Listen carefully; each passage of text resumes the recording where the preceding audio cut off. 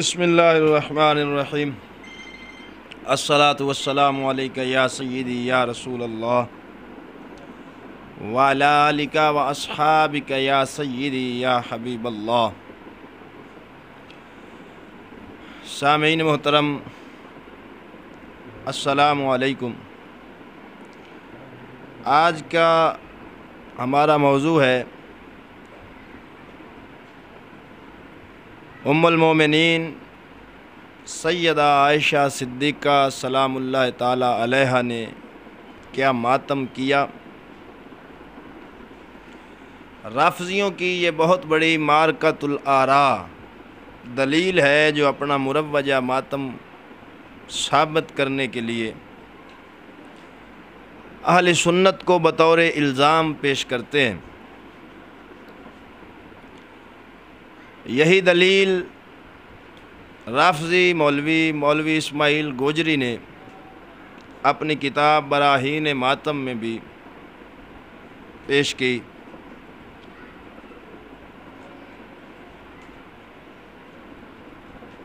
وہ روایت یہ ہے کہ عبداللہ ابن زبیر رضی اللہ تعالی عنہ سے روایت ہے، فرماتے ہیں کہ میں نے حضرت ام المومنین سیدہ عائشہ صدیقہ سلام اللہ تعالی علیہا سے سنا کہ رسول کریم صلی اللہ تعالی علیہ وآلہ وسلم نے میرے سینے پر اور میری باری میں انتقال فرمایا۔ میں نے کسی پر ظلم نہیں کیا۔ حضور نبی اکرم صلی اللہ تعالی علیہ وآلہ وسلم کا میری گود میں انتقال فرمانا میری کم عمری اور بے احتیاطی کی وجہ سے تھا۔ اس کے بعد میں نے رسول کریم صلی اللہ تعالی علیہ وآلہ وسلم کے سر انور کو ایک تکیے پر رکھا اور کھڑی ہو کر دوسری عورتوں کے ساتھ پیٹنے لگی، اور میں اپنے منہ پر تماچے اپنے ہاتھ سے مار رہی تھی۔ یہ دلیل اہل سنت کی کچھ کتب کے حوالہ جات کے ساتھ وہ پیش کرتے ہیں، جس میں سیرت ابن ہشام، تاریخ طبری اور سیرت حلبیہ وغیرہ کا نام لیا جاتا ہے۔ اب وہ دلیل یہ پیش کر کے کہتے ہیں دیکھو جی مائی صاحبہ نے ماتم کیا، لہذا اگر ہم کریں تو پھر کون سا جرم ہے۔ پہلی بات تو بطور الزامی جواب میں یہ عرض کروں گا کہ رافضیوں کو سیدہ عائشہ صدیقہ سلام اللہ تعالی علیہا کا فعل بطور حجت پیش کرنا یہ جائز ہی نہیں، کیونکہ وہ سیدہ عائشہ صدیقہ کی عظمت و عزت کے قائل ہی نہیں، اور جن کو وہ مانتے ہی نہیں، بلکہ جہاں تک ہو سکے وہ اپنے خب سے باطن کا اظہار کرتے ہوئے مائی صاحبہ کے بارے میں نازیبہ جملے بھی بولتے ہیں، گستاخیاں بھی کرتے ہیں۔ تو جس شخصیت کو وہ سرے سے مانتے ہی نہیں، اس کے فعل کو بطور حجت پیش کرنا چہ معنی دارد کیوں کرتے ہیں جب وہ شخصیت ہی ان کے نزدیک قابل احترام نہیں، تو اس شخصیت کا فعل ان کے لیے قابل حجت کیسے بنا۔ اور یہ کوئی میں اپنی طرف سے نہیں کہہ رہا، بلکہ میرے پاس یہ اہل تشیع کی مستند ترین کتاب ہے فروع کافی۔ اس میں کتاب الصلاۃ میں ملا یعقوب کلینی نے صفحہ نمبر 118 مترجم پر یہ روایت نقل کی کہ حضرت یعنی امام جعفر الصادق رحمہ اللہ وہ ہر نماز کے بعد 4 مردوں اور 4 عورتوں پر نام لے کر لعنت کیا کرتے تھے، نعوذ باللہ من ذالک۔ ان 4 مردوں میں وہ حضرت ابوبکر صدیق، عمر فاروق، عثمان غنی اور امیر معاویہ کو شامل کرتے ہیں، اور 4 عورتوں میں حضرت عائشہ صدیقہ، سیدہ حفصہ، حضرت ہندہ وغیرہ کا نام لے کر ان پر لعنت کیا کرتے ہیں۔ اب اندازہ کریں کہ رافضیوں نے ایک تیر سے دو نشانے کیے، ایک تو حضرت امام جعفر صادق کی طرف جھوٹ منسوب کر دیا کہ وہ نماز جیسی اہم عبادت میں بھی لان تان کیا کرتے تھے، دوسرا ام المومنین کی گستاخی اور خلفائے راشدین کی گستاخی کی انتہا کر دی۔ تو عزیزان گرامی، جن پر وہ نماز جیسی اہم عبادت میں بھی لعنت کرنے کے قائل ہیں، ان کا فعل بطور حجت پیش کرتے ہیں، صرف اہل سنت کو الزام دینے کے لیے کہ تم اگر ہمارے ماتم کو حرام کہتے ہو تو یہ تو تمہاری کتابوں میں سیدہ عائشہ صدیقہ سے ثابت ہے۔ تو چلیں اب ہم اصل دلیل کی طرف آتے ہیں۔ روایت وہ میں نے جو آپ کو سنا دی، کسی بھی روایت کو اس وقت قبول کیا جاتا ہے جب وہ روایتاً اور درایتاً ٹھیک ہو۔ یہ اصول مذہب شیعہ کا بھی ہے، اہل سنت کا بھی ہے۔ جس روایت میں راوی کذاب آ جائے وہ روایت بطور حجت کسی پر پیش نہیں کی جاتی، نہ ہی اسے دلیل پکڑی جاتی ہے۔ تو یہ روایت تاریخ طبری میں محمد بن حمید سے نقل کی گئی ہے۔ اب محمد بن حمید کے بارے میں کتب اسماء الرجال اہل سنت کے ائمہ وہ کیا لکھتے ہیں؟ وہ فرماتے ہیں وقال یعقوب ابن شیبہ محمد بن حمید کثیر المناکیر، کہ حضرت یعقوب بن شیبہ کہتے ہیں کہ محمد بن حمید منکر حدیثیں زیادہ روایت کرتا ہے۔ اور امام بخاری فرماتے ہیں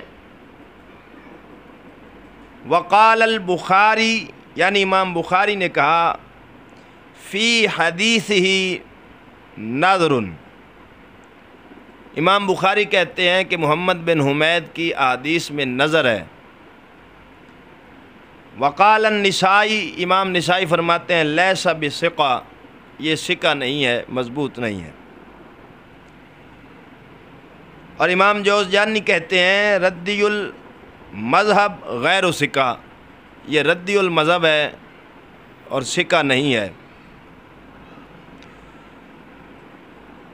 امام فضلک فرماتے ہیں فضلک الرازی، وہ کہتے ہیں عندی ان ابن حمید 50 الفال احدث عنہ بحرف، کہتے ہیں کہ میرے پاس 50,000 احادیث ہیں جو محمد بن حمید نے روایت کیں، لیکن میں ان میں سے ایک حرف بھی روایت نہیں کرتا، یعنی وہ اس کو صحیح نہیں سمجھتے تھے تو اس کو آگے روایت کیسے کرتے۔ وقال صالح بن محمد الاسدی، محمد الاسدی فرماتے ہیں ثم قال كل شيء كان يحدثنا ابن حمید، وہ کہتے ہیں کہ صالح بن محمد اسدی کہتے ہیں کہ ابن حمید جو حدیثیں ہمیں سناتا ہے ہم اس کو مہتم کرتے ہیں، متہم کرتے ہیں۔ ایک اور جگہ فرمایا یہ کثیر الاحادیث ہے، اور اللہ تعالیٰ کے معاملہ میں اس سے بڑا بے باک میں نے کوئی دوسرا نہ دیکھا، لوگوں سے حدیث لیتا ہے اور ایک دوسری میں خلط ملط کر دیتا ہے۔ ابو العباس بن سعید نے کہا کہ ابن خراش سے میں نے سنا کہ ابن حمید ہمیں حدیث سے سناتا ہے، اور اللہ کی قسم کانا واللہ یکذب، اللہ کی قسم وہ جھوٹ بولتا ہے۔ اب اندازہ کریں جس روایت کا ایک راوی جس پر سخت جرح موجود ہے اہل سنت کے اماموں کی کتب اسماء الرجال میں، جو کذاب ہے، جھوٹا ہے، حدیثوں کو ملا دیتا ہے، جسے ایک محدثین نے لیس بثقہ کہا، کسی نے کذاب کہا، تو کذاب کی روایات کذاب لوگ ہی بیان کر سکتے ہیں، سچا بندہ نہ اس کو بیان کرتا ہے نہ اس سے دلیل اور حجت پکڑتا ہے۔ اور اگر آپ اہل تشیع کے مذہب کی تحقیق کریں گے تو 95% ان کا مذہب جھوٹی اور من گڑت روایات پر ہی قائم ہے، جن کی اصل حقیقت کے ساتھ کوئی تعلق نہیں۔ تو عزیزان گرامی، یہ جو جرح میں نے محمد بن حمید کے بارے میں پیش کی، یہ اسماء الرجال کی مضبوط ترین کتاب تہذیب التہذیب امام ابن حجر عسقلانی رحمۃ اللہ علیہ اور میزان الاعتدال امام ذہبی اس میں موجود ہے۔ اگر کوئی دیکھنا چاہے تو محمد بن حمید کے بارے میں وہاں دیکھ سکتا ہے۔ تو عزیزان گرامی، اس کا اگلا راوی ہے سلمہ بن فضل۔ تہذیب التہذیب میں امام ابن حجر عسقلانی رحمۃ اللہ علیہ اس پر جرح نقل کرتے ہوئے فرماتے ہیں فقال البخاری عندہ مناکیر، فرماتے ہیں کہ امام بخاری کہتے ہیں سلمہ بن فضل کے پاس زیادہ احادیث منکر تھیں جن کو علی نے کمزور کہا۔ وہ کہتے ہیں کہ ہم نے رے نامی شہر، یہ تہران کا پرانا نام ہے، رے جس کا نام آج تہران ہے، اس کا پرانا نام رے ہے۔ یہ سلمہ بن فضل اسی شہر کا رہنے والا تھا۔ کہتے ہیں کہ ہم نے رے نامی شہر سے باہر نکلتے وقت اس کی حدیثیں وہیں چھوڑ دی تھی، جو اس نے ہمیں سنائی ہم نے وہیں چھوڑ دی، کیونکہ ہم جانتے تھے یہ جھوٹ بول رہا ہے۔ برزائی کہتے ہیں کہ ابو زرعہ نے کہا اہل رے سلمہ بن فضل کی طرف رغبت نہ کرتے تھے۔ اب آپ اندازہ کریں، جس شہر کا یہ باشندہ ہے وہ لوگ اس شہر کے اس کی طرف نہیں جاتے تھے، جس کو اپنے ہی علاقے کے لوگ نظر انداز کریں اور جھوٹا سمجھیں، اس کی روایت رافضی پیش کر سکتا ہے، کوئی سچا بندہ پیش نہیں کر سکتا۔ وَأَمَّا إِبْرَاهِيمُ ابن موسیٰ فَسَمِعْتُهُ غَيْرَ مَرَّةٍ وَأَشَارَ ابو زرعہ إِلَى لِسَانِهِ، کہتے ہیں کہ ابو زرعہ نے سلمہ بن موسیٰ نے کہا کہ میں نے سلمہ بن فضل کے بارے میں ابو زرعہ کو متعدد بار اپنی زبان پکڑتے ہوئے دیکھا، یعنی وہ اس سے اشارہ کرتے تھے اس کے جھوٹا ہونے کی طرف۔ تو سامعین محترم، جس روایت کو بطور دلیل بطور حجت رافضی پیش کرتے ہیں بڑے دھڑلے کے ساتھ، اس کے دو راویوں کی حالت یہ ہے، تو ظاہری بات ہے جس پر کذب کی تہمت ہو وہ اہل سنت کے لیے حجت نہیں بن سکتی۔ تو یہ روایت اہل سنت پر اگر وہ بطور الزام پیش کریں تو شیعہ مذہب کے اصول کے مطابق بھی جائز نہیں، کیونکہ جو ان کے نزدیک راوی صحیح نہ ہو اس کی روایت اگر ان کی کتابوں میں بھی لکھی ہو وہ قبول نہیں کرتے۔ اور یہ رجال النجاشی جو ترجمہ کیا ہے ان کے محدث ذاکر نے، اس کا مقدمہ آپ پڑھ لیں، اس میں اس نے راویوں پر بحث کی ہے اور احادیث کی اقسام کو بیان کیا ہے۔ تو جو تمہارے نزدیک حجت نہیں، جب تمہارے نزدیک راوی جھوٹا ہو جائے تو ہمارے نزدیک جھوٹے راوی کی روایت کیسے حجت بن سکتی ہے؟ صرف اتنا تو کر سکتے ہیں رافضی کہ اپنی جاہل عوام کو خوش کرنے کے لیے اور واہ واہ لینے کے لیے اور 1,00,000 روپیہ ہرا کرنے کے لیے جو حسین کی مجلس کا لیا ہے، اس کو ہرا کرنے کے لیے وہ ایسے جھوٹ بول کے جاہل قوم سے داد تو لے سکتے ہیں، لیکن اس کا نہ حقیقت کے ساتھ کوئی تعلق ہے نہ شریعت مصطفیٰ کے ساتھ کوئی تعلق ہے۔ تو یہ ہم نے وہ جو بطور دلیل اہل سنت پر پیش کرتے ہیں اس کا جواب عرض کر دیا، تاکہ ہمارے کسی سادہ لو سنی کے کو گمراہ نہ کریں ایسی من گڑت باتیں سنا کر۔ دوسری بات یہ ہے کہ وہ پنڈی کا خبیث رافضی حنیف مویشی صورت قریش کا قریشی، وہ اس پر تو تبصرہ کرتا ہے کہ حضرت سیدنا فاروق اعظم رضی اللہ تعالی عنہ کی شہادت 1 محرم کو نہیں ہوئی، یہ واقعہ کربلا سے توجہ ہٹانے کے لیے جی بنائی گئی ہے۔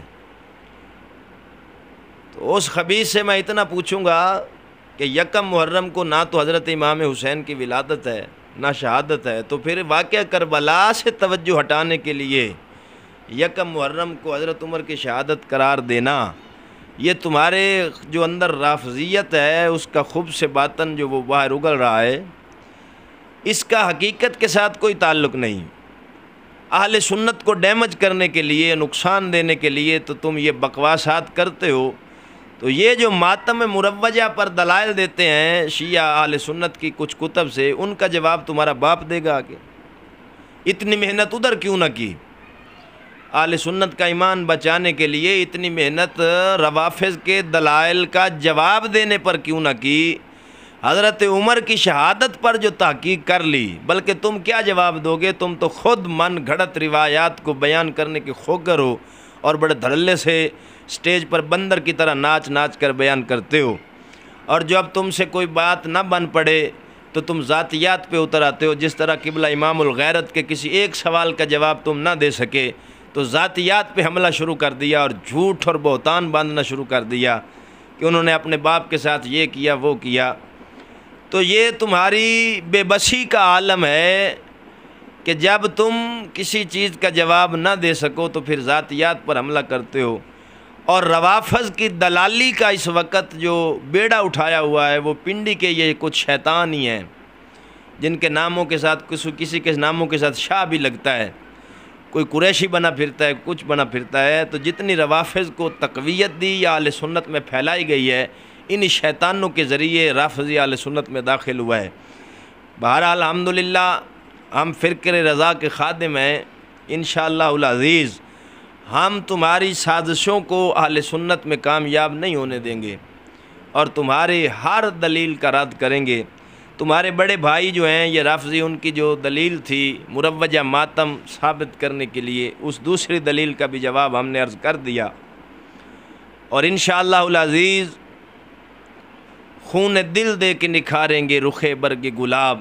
ہم نے گلشن کے تحفظ کی قسم کھائی ہے۔